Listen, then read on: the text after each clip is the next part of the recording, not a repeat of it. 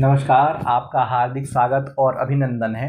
आज के इस वीडियो में हम बात करने वाले हैं राहु के तीसरे स्थान का फल, छठवें स्थान का फल और 11वें स्थान का फल। अर्थात जन्म कुंडली में राहु तृतीय स्थान, षष्ठ स्थान और एकादश स्थान में हो तो उसका क्या शुभ अथवा अशुभ फल होता है, इसके विषय में आज हम चर्चा करेंगे। सबसे पहले हम बात कर लेते हैं कि तृतीय, षष्ठ और एकादश भाव होते क्या हैं और इनसे क्या क्या शुभ अथवा अशुभ चीज़ें विचार की जाती हैं। आप देखें, तृतीय स्थान जो होता है वो होता है हमारे पराक्रम का, हमारे भाई का, छोटा भाई अथवा बड़ा भाई, हमारे बहन का, इन सब का होता है तृतीय स्थान। सबसे अच्छी बात है ये होता है हमारे पराक्रम का स्थान, हमारे मेहनत का स्थान, हमारे परिश्रम का स्थान। तो तृतीय स्थान ये हुआ। छठा स्थान होता है रोग का, शत्रु का, कर्ज का, ऋण का, प्रतिद्वंदी का, प्रतियोगी परीक्षाओं का, सेवा का, इन सब का स्थान होता है छठा भाव। एकादश स्थान जो होता है इनकम का होता है, आय का होता है, स्रोत हमारे कहाँ से उत्पन्न हो, लाभ का होता है, इन सब का स्थान होता है 11वां स्थान। ज्योतिष शास्त्र के अनुसार जो ग्रह जिस प्रकृति का है वह ग्रह अपनी प्रकृति के अनुसार जिस भाव में हो उस भाव के फल को प्रदान करता है। राहु की यदि हम बात करें तो नैसर्गिक रूप से नवग्रहों में यह होता है छाया ग्रह। राहु और केतु दो ग्रह जो होते हैं छाया ग्रह होते हैं, मतलब इनका वास्तविक कोई अस्तित्व नहीं है, लेकिन दशा फल में इनका बहुत बड़ा अस्तित्व है। राहु की महादशा 18 वर्ष तक लगभग रहती है। 120 वर्ष जो विंशोत्तरी महादशा कही गई है उसमें 18 वर्ष राहु की महादशा रहती है, फिर उसमें सभी ग्रहों की अंतर्दशा चलती है। राहु यदि दशा काल के प्रारंभ में, मतलब जैसे किसी का जन्म हुआ उसी समय राहु की महादशा लग गई तो 18 वर्ष तक उसके राहु की महादशा रहेगी। तो ऐसा जातक, ऐसा बच्चा जो है पढ़ाई लिखाई में बिल्कुल अच्छा नहीं होगा, मन हमेशा उसका भटकता रहेगा, एकाग्रचित्त नहीं हो पाएगा, चंचल प्रकृति रहेगी, दुष्प्रवृत्तियों में वो ज़्यादा फंसा रहेगा।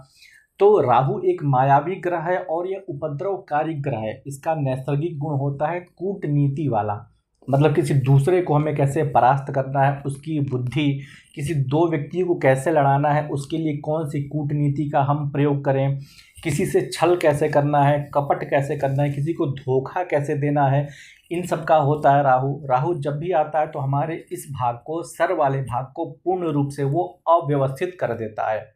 बाल्यकाल में आ गया तो निश्चित रूप से ऐसे बच्चे की पढ़ाई बहुत ज़्यादा डिस्टर्ब होगी। इसलिए राहु की महादशा कभी भी यदि 30 वर्ष के पश्चात आती है अच्छी महादशा, तो वो बहुत ही अच्छी मानी जाती है। वो बहुत उन्नत स्थान तक, बहुत ही अच्छे लेवल तक व्यक्ति को लेकर के जाती है। और राहु की महादशा बचपन में आ गई तब तो निश्चित रूप से आप मान करके चलिए बच्चा पढ़ाई में मन नहीं लगाएगा। हर एक बार उसका कैरियर चेंज करने का मन करेगा। कभी सोचेगा बायो ले लें, कभी सोचेगा कॉमर्स ले लें, कभी सोचेगा आर्ट ले लें, कभी सोचेगा मेडिसिन कर लेते हैं, कभी सोचेगा सिविल सर्विस कर लेते हैं। अव्यवस्थित चित्त को कर देता है राहु, क्योंकि राहु आपके मस्तिष्क का कारक होता है। तो इसलिए राहु की महादशा अथवा किसी भी भाव में हो तो जब भी राहु की महादशा आएगी तो व्यक्ति सबसे पहला वो अव्यवस्थित हो जाता है, उसके स्वभाव में, उसके बोलचाल में परिवर्तन होने लगता है। चूँकि यह धूम्र का कारक होता है तो व्यक्ति किसी चीज़ का एडिक्ट भी हो जाता है, लत लग जाती है धूम्रपान की, मदिरापान की, या किसी गलत संगत की लत ऐसे व्यक्ति को लग जाती है। तो हम बात करते हैं राहु के तृतीय भाव की। देखिए, राहु का या किसी भी ग्रह का हम फल कहें तो दो प्रकार से उसका फल होता है। एक होता है अच्छा फल और एक होता है खराब फल। अच्छा फल तब प्राप्त होगा जब वह अच्छी स्थिति में होगा और खराब फल तब प्राप्त होगा जब वह खराब स्थिति में होगा। अच्छी स्थिति हम कैसे जानेंगे? तो कोई सा भी ग्रह यदि अच्छे भाव में हो, मतलब केंद्र स्थान अच्छा माना जाता है, त्रिकोण स्थान भी अच्छा माना जाता है, तो ऐसे स्थान का गया हुआ ग्रह अच्छा फल देता है। दूसरा होता है कि कोई भी ग्रह यदि अपने अच्छी राशि में हो, मतलब उच्च राशि में हो, अपनी ही राशि में हो, अपने मित्र की राशि में हो, तो भी वो अच्छा माना जाता है। तीसरा होता है कि उस पर शुभ ग्रहों की दृष्टि पड़ रही हो। तो ये कुछ ऐसी स्थितियां होती जिससे हम देख करके समझ सकते हैं कि आपका राहु अथवा आपका कोई भी ग्रह अच्छा है।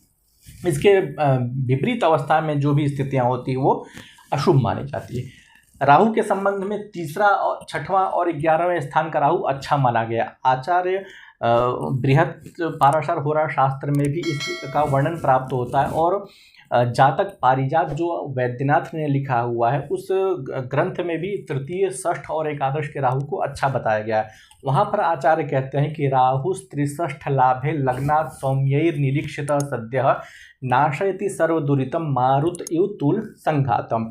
मतलब राहु यदि 3, 6, 11 स्थान में हो और शुभ ग्रहों से देखा जा रहा हो तो समस्त प्रकार के दोषों को, समस्त प्रकार के अनिष्टों को वह शमन कर देता है। जिस प्रकार से मारुत इव तुल संघातम, मतलब जिस प्रकार से वायु जो है तिनकों के ढेर को बहा ले जाती है, तो ठीक वैसे ही राहु 3, 6, 11 में हो तो बहुत सारे दोषों को वो दूर कर देता है, बहा ले जाता है।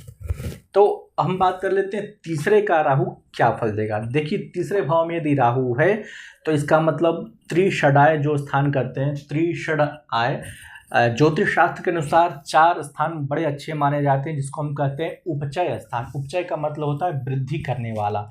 तृतीय स्थान उसमें से सबसे पहला आता है, दूसरा आता है छठवां स्थान, तीसरा आता है दशम स्थान और चौथा आता है एकादश स्थान। त्रिषडेका दश दश भान्युपचय संज्ञानी, मतलब 3, 6, 10, 11 ये जो स्थान होते हैं कुंडली में बहुत अच्छे माने जाते हैं, उपचय करने वाले माने जाते हैं, मतलब वृद्धि करने वाले मानते हैं। और इन चारों स्थानों को छोड़ करके अन्य जो भाव होते हैं वो अपचय वाले होते हैं, मतलब वो उतना वृद्धि नहीं करेंगे जितना 3, 6, 11 और दशम स्थान का ग्रह है। तो तृतीय स्थान में जब भी राहु हो तो तृतीय स्थान का राहु व्यक्ति को बहुत ज़्यादा पराक्रमी बनाता है, ओजस्वी वक्ता बनाता है, बहुत एनर्जेटिक बना देता है ऐसे व्यक्ति को। यदि शुभ स्थिति में हो तो भाई बहन का सहयोग करने वाला होता है अथवा भाई बहन से उसको बहुत ज़्यादा सहयोग मिलेगा और अपने पराक्रम से वो अपनी ख्याति को, अपनी प्रतिष्ठा को और अपनी स्थिति को वो समाज में स्थापित करता है यदि तीसरे स्थान में राहु है तो। छठा स्थान भी बहुत ही महत्वपूर्ण होता है राहु का। छठे स्थान में राहु होने के कारण शत्रुहंता योग बनाता है, मतलब उसके प्रतिद्वंदी उसके सामने सम्मुख उपस्थित नहीं हो पाएंगे, बहुत प्रयास करेंगे उसको गिराने का, लेकिन उसकी स्थिति तथावत विद्यमान रहेगी। यदि राहु यहाँ पर अच्छा है, मतलब अपनी उच्च राशि का है, जैसे राहु की उच्च राशि होती है वृषभ राशि, कन्या राशि होता है उसका स्वगृही और कर्क राशि होती है उसकी मूल त्रिकोण राशि। यदि इन 3 राशियों में राहु है तो निश्चित रूप से यदि इस भाव में, मतलब यहाँ पर आपकी वृषभ राशि है, यहाँ पर कर्क राशि है अथवा यहाँ पर कन्या राशि है और उसमें राहु बैठा हुआ है तो निश्चित रूप से प्रबल शत्रुहंता योग बनाता है। व्यक्ति अपने शत्रुओं को वो परास्त कर देता है। अपने प्रतियोगी जो भी परीक्षाएं होती हैं, जितने भी महत्वपूर्ण प्रतियोगी परीक्षाएं, उन प्रतियोगी परीक्षाओं को वो पास करने वाला होता है, उसमें अच्छा स्थान प्राप्त करने वाला होता है। स्थान शत्रु का और रोग का होने के कारण व्यक्ति थोड़ा सा रोगी जरूर होता है। राहु जो है रोग देता है, मानसिक रोग, मानसिक विकार, मानसिक उन्माद, ये सब रोग अत्यधिक राहु देता है। तो देखिए यहाँ पर रोग का स्थान छठा है और राहु बैठा हुआ है तो अपने प्रकृति के अनुसार, अपने स्वभाव के अनुसार व्यक्ति को रोग अवश्य देगा, भले ही वो अपने उच्च राशि का हो, मतलब वृषभ राशि का हो, अपने मूल त्रिकोण राशि का हो, कर्क का हो, अपने कन्या राशि का हो, तो वो फल तो जरूर करेगा। अच्छा फल के साथ साथ वो बुरा फल भी करेगा क्योंकि उसका स्वभाव ही है अशुभ फल करना, क्योंकि उसका गुण ही है। जैसे मान लीजिए कोई चोर है, यदि उस चोर को मंदिर में बैठा देंगे तो भी वो वहाँ पर मंदिर में भी शंख घंटी इत्यादि को वो चोरी करने की चेष्टा करेगा। तो जिसका जो स्वभाव है उसको परिवर्तित नहीं किया जा सकता। हाँ, कुछ समय बाद जा कर के वो अवश्य उसके व्यवहार में, उसके संस्कार में उस स्थान जन्य परिवर्तन अवश्य होगा। मतलब मंदिर में मान लीजिए कुछ समय तक वो चोरी कर रहा है तो लेकिन कुछ समय ऐसा आएगा, मतलब कुछ वर्षों बाद, कुछ समय बाद ऐसा आएगा कि उसका व्यवहार बदल जाएगा। तो क्योंकि राहु छाया ग्रह है, उसका अपना वास्तविक कोई अस्तित्व है ही नहीं। तो आचार्य पराशर ने ऐसा कहा है कि यद्यत भाव गतौ वापि यद्यत भावेश संयुतो तत्तत् फलानि प्रबलो प्रदिशेताम तमोग्रहो। मतलब राहु और केतु जिस भाव में रहते हैं, जिस ग्रह के साथ रहते हैं अथवा जिस राशि स्वामी के साथ रहते हैं, उसके अनुसार शुभ अथवा अशुभ फल देने में समर्थ होते हैं। तो छठे भाव का राहु होता बहुत अच्छा है, शत्रुहंता योग बनाता है, सर्विस प्रोवाइडर होता है। कोई आप सर्विस कर रहे हो, सेवा प्रदाता वाला काम कर रहे हो, मीडिया रिलेटेड काम कर रहे हो, मार्केटिंग रिलेटेड काम कर रहे हो, टेक्निकल फील्ड रिलेटेड काम कर रहे हो, गुप्त विद्याओं से संबंधित यदि आप काम कर रहे हो तो उसमें बहुत ज़्यादा लाभ देता है ये छठे स्थान का राहु। रोग जरूर देगा आपको, इसमें कहीं से भी असंशय वाली बात नहीं है। छठा स्थान चूंकि कमर का स्थान होता है, कमर से संबंधित आपको निश्चित रूप से रोग देगा। जब भी उसकी महादशा या अंतरदशा प्रारंभ हो तो उसमें कमर का रोगी व्यक्ति को जरूर बनाता है। दांत का रोगी भी ऐसा राहु बनाता है, क्योंकि राहु जो होता है दांत का होता है, तो रोग तो आपको अवश्य देगा। यदि 2-3 ग्रह इसके साथ और बैठे हुए हैं तो वो मिक्स रोग देगा आपको, मतलब कॉकटेल बना देगा। डॉक्टर भी बहुत ही मुश्किल से पकड़ पाएगा कि वास्तव में आपको रोग हुआ क्या है, या फिर ऐसा रोग देगा कि एक रोग समाप्त हुआ, उसके साथ साथ दूसरा रोग फिर से प्रारंभ हो गया। तो चूंकि मायावी ग्रह है तो ये बहुत ही मायावी तरह से शुभाशुभ फल को प्रदान करता है। लेकिन सामान्य भाषा में कहें तो छठे का राहु बहुत अच्छा होता है और ये राजयोग कारक होता है। व्यक्ति को कभी कभी करोड़पति भी बना देता है यदि वो राशि का स्वामी उच्च में बैठा हुआ या अथवा यहाँ पर उच्च में राहु बैठा हुआ है तो छठे का स्थान राहु भी बहुत ही अच्छा माना जाता है, क्योंकि ये वृद्धि करने वाला ग्रह है। और ऐसा कहा गया कि दुस्थान जो होते हैं इनमें पाप ग्रह बैठे हैं तो वो और अच्छे माने जाते हैं। जैसे शुभ ग्रह इन स्थानों में उतने प्रभावकारी नहीं होंगे जितना पाप ग्रह होता है। मतलब शनि बैठ जाए, मंगल बैठ जाए तो वो ज़्यादा प्रभावकारी हो जाएंगे बृहस्पति अथवा अन्य शुभ ग्रहों की अपेक्षा। तो छठे का भी यदि राहु है तो बहुत अच्छा माना जाता है। संघर्ष जरूर देता है प्रतियोगी परीक्षाओं को लेकर के, अथवा स्ट्रगल जरूर बनाता है, लेकिन रातों रात स्टार बनाने वाला काम ये राहु करता है। क्योंकि अकस्मात जो भी चीज़ें होंगी आपके जीवन में उसका संबंध सीधे सीधे राहु से होता है। रोग भी आपको देगा, अचानक देगा रोग, धीरे धीरे रोग नहीं देगा, अचानक एक दिन ऐसा रोग पकड़ में आएगा कि आपको बहुत गंभीर बीमारी हुई है। पैसा देगा तो वो अनलिमिटेड पैसा देगा, मतलब लिमिटेड एक्सेस नहीं होता, अनलिमिटेड आपको पैसा देगा। तो करोड़पति या उससे भी ज़्यादा अत्यंत प्रभुत धनवान ये राहु बनाता है। 11वें स्थान की राहु बात कर ले, मतलब 10वें स्थान में राहु तो भी बहुत अच्छा माना जाता है, क्योंकि वो उपचय का स्थान होता है, मतलब वृद्धि करने वाला स्थान होता है। तो यहाँ भी यदि राहु है, आपके 10वें स्थान में भी राहु है तो भी बहुत अच्छा माना जाता है। 11वें स्थान का राहु विशेष करके होता है, क्योंकि 11वां स्थान हमारा होता है इनकम का, हमारे आय का, हमारे इच्छा शक्तियों का कह दें, इच्छा पूर्ति का कह दें। जो कुछ भी हम प्राप्त कर रहे हैं, जो हमारे पास संसाधन है, उन संसाधनों का जो माध्यम है ये राहु होता है।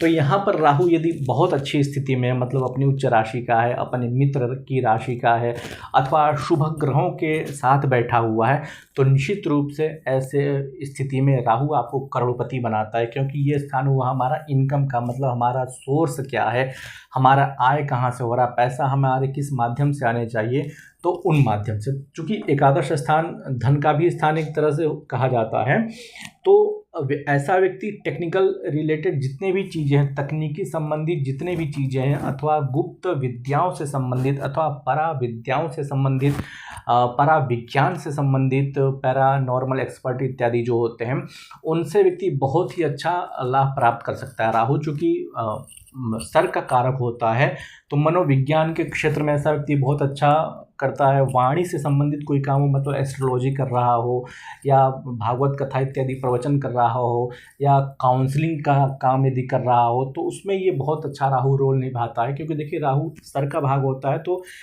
इतने भाग को बहुत ज़्यादा वो सक्रिय कर देता है। तो एकादश स्थान का राहु यदि अच्छी स्थिति में है तो निश्चित रूप से बहुत अच्छा फल करेगा। लेकिन यदि यहाँ पर मान लीजिए नीच राशि के चला गया, नीच राशि जो होती है राहु की वृश्चिक राशि को, और किसी आचार्य के मत में धनु राशि भी राहु की नीच राशि मानते हैं, तो यदि उसमें है तो ये राहु आपको आर्थिक संसाधनों से दूर करेगा, मतलब आपको संघर्ष बढ़ा देगा, आपके पास पैसे की कमी रहेगी, दिन प्रतिदिन आप डाउन होते जाएंगे। तो ये बहुत ऐसी स्थितियाँ करता है।